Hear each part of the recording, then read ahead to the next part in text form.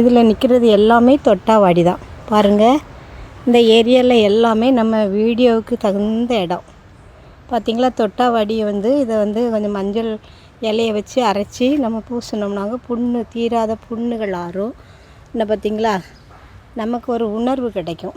இந்த நமக்கு மூளைக்கும் நம்மளுடைய செயல்பாட்டுக்கு ஒரு உணர்வுகள் கிடைக்கும். இது தொட்டால் வாடி. பார்த்திங்களா, தொட்டாவாடியில் உள்ள பூ பார்த்திங்களா, இந்த கலரில் தான் பூ தூகியிருக்கும் பாருங்கள். இதுதான் தொட்டாவாடி. இதில் ஏரியாவில் நிற்கிறது எல்லாமே தொட்டாவாடி தான்.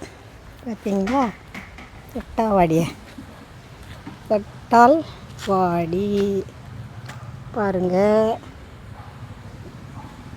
பிடிச்சா லைக் பண்ணுங்கள், சப்ஸ்கிரைப் பண்ணுங்கள். இந்த தொட்டாவாடியை மருந்தாட்டு உபயோகிக்காங்க. தொண்டையில் உள்புண்ணு கூட சரியாகும்.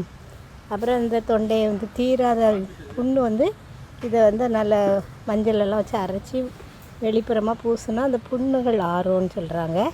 இது தொட்டாவாடி. பிடிச்சவங்க லைக் பண்ணுங்கள், சப்ஸ்கிரைப் பண்ணுங்கள். என்னுடைய வீடியோவை பாருங்கள்.